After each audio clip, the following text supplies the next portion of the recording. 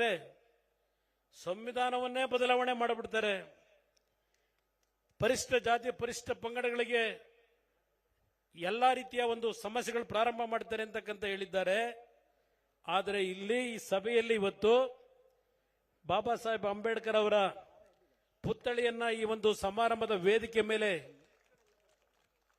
ಇಲ್ಲಿ ನಾವು ನಿಮ್ಮ ಮುಂದೆ ಇವತ್ತೇನಿಟ್ಟಿದ್ದೇವೆ, ನರೇಂದ್ರ ಮೋದಿ ಅವರ ನಾಯಕತ್ವದಲ್ಲಿ ಈ ದೇಶದ ಪ್ರತಿಯೊಬ್ಬ ಪ್ರಜೆ, ಅದು ಯಾವುದೇ ಸಮಾಜ ಯಾವುದೇ ಜಾತಿಯವರಿರಲಿ, ಪ್ರತಿಯೊಬ್ಬರಿಗೂ ಸಂವಿಧಾನದಲ್ಲಿ ಡಾಕ್ಟರ್ ಬಾಬಾ ಸಾಹೇಬ್ ಅಂಬೇಡ್ಕರ್ ಅವರು ಕೊಟ್ಟಿರ್ತಕ್ಕಂಥ ಹಕ್ಕುಗಳನ್ನ ಈ ದೇಶದ ಪ್ರತಿಯೊಬ್ಬ ಸಾಮಾನ್ಯ ಪ್ರಜೆಗೆ ಕೊಡಬೇಕು ಅಂತಕ್ಕಂಥದ್ದು ನರೇಂದ್ರ ಮೋದಿ ಅವರ ಇವತ್ತಿನ ಕಾರ್ಯಕ್ರಮಗಳು.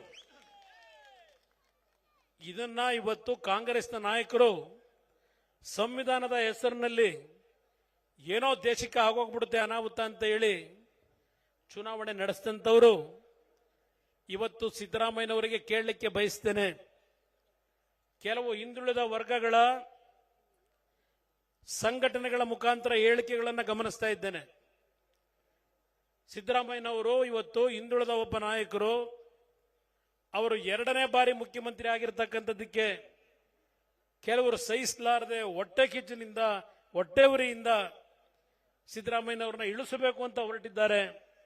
ಈ ಮಾತನ್ನು ಏನು ಹೇಳ್ತಾ ಇದ್ದೀರಿ?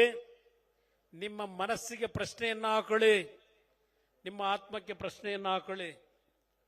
ಇವತ್ತು ಯಾದಗಿರಿಯಲ್ಲಿ, ಕಲಬುರಗಿ ಜಿಲ್ಲೆಯಲ್ಲಿ ಒಬ್ಬ ಪೊಲೀಸ್ ಅಧಿಕಾರಿ, ಯಾದಗಿರಿ ಜಿಲ್ಲೆ ಒಬ್ಬ ಪೊಲೀಸ್ ಅಧಿಕಾರಿ ಅದು ಆತ್ಮಹತ್ಯೆ, ಅದೇನು ಮಾನಸಿಕವಾಗಿ ಅಸ್ತಿತ್ವಕ್ಕೆ ಒಳಗಾಗಿ ಮರಣ ಹೊಂದಿರತಕ್ಕಂಥದ್ದಲ್ಲ.